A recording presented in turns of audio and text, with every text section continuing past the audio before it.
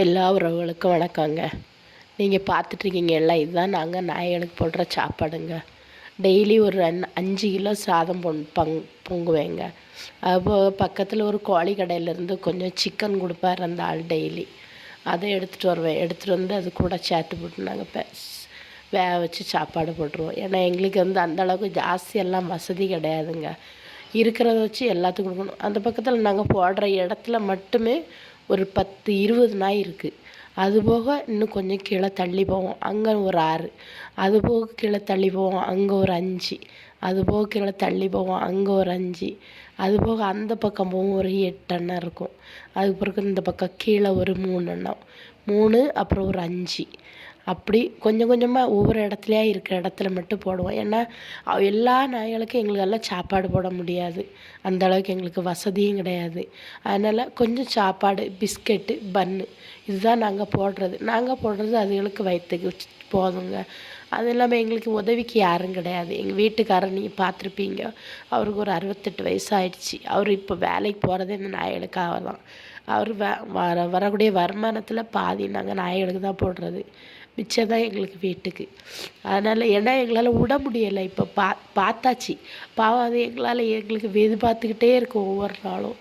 அவர் daily இது இல்லாமல் காலையில் வாக்கிங் போகும்போது பாதி நாய்களுக்கு போட்டு போயிட்டே இருப்பார் அவர். அது வேறு ஜாஸ்தி இருக்கும்.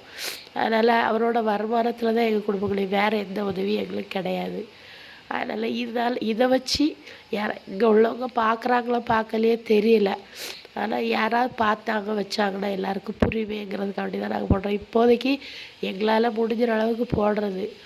இதுகளுக்காக வேண்டி தான் நாங்கள் இந்த ஊர்லேயே இருக்கிறோம். இப்போது இல்லைன்னா நாங்கள் இந்த ஊரை விட்டு நாங்கள் எங்கள் ஊர் சொந்த ஊருக்கே போகிற மாதிரி தான் இருந்தது. இதுகளுக்காக வேண்டி தான் நாங்கள் இந்த ஊர்லேயே இருக்கோம். இன்னும் கொஞ்ச நாள் இதோட காலம் முடிகிற வரைக்கும் நாங்கள் இருக்கலாங்கிறதுக்காண்டி இருக்காங்க. உடம்பு வேறு கொஞ்சம் சரியில்லை. வேறு அப்படியும் நாங்கள் விட மாட்டோம். டெய்லி மழை வேறு இப்போ இங்கே ஜாஸ்தி. டெய்லி நைட்டு ஒரு 10 10:30 மணிக்கு எப்படியாவது போயிடும். போய் போட்டு வந்துடும். அவர் வீட்டுக்காரர் காலை 8 மணிக்கு வேலைக்கு போகிற ராத்திரி 8 மணி தான் வருவார்.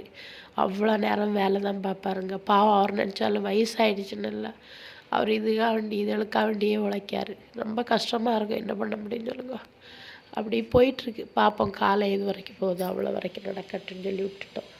அவ்வளோதான், என்ன செய்ய முடியும்னு சொல்லுங்க. அவருக்கு வேறு வழி இல்லை இனிமேல். அதனால் போகிற வரைக்கும் போடலான்னு விட்டுட்டு போடுவோம். அது இல்லாமல் நான் வந்து நைட்டில் ஒரு 7 7:30 மணிக்கு இந்த பக்கம் போகல அப்படி போவேன். அங்கே நிறைய நாய்கள் நிற்கும். எங்கள் வீட்டுக்கிட்ட உள்ளதுகளுக்கு வேறு போட வேண்டியது இருக்குது. எங்கள் வீட்டுக்கிட்டே ஒரு 7 8 எண்ணம் கிடக்கு. அது வேறு, அதுகளுக்கு சாப்பாடு போடணும். ஆனால் எங்கள் வீட்டுக்கிட்டலாம் நிறைய பிரச்சனையெல்லாம் இருக்குதுங்க. சாப்பாடு போடுறதுலேயே நிறைய பிரச்சனை.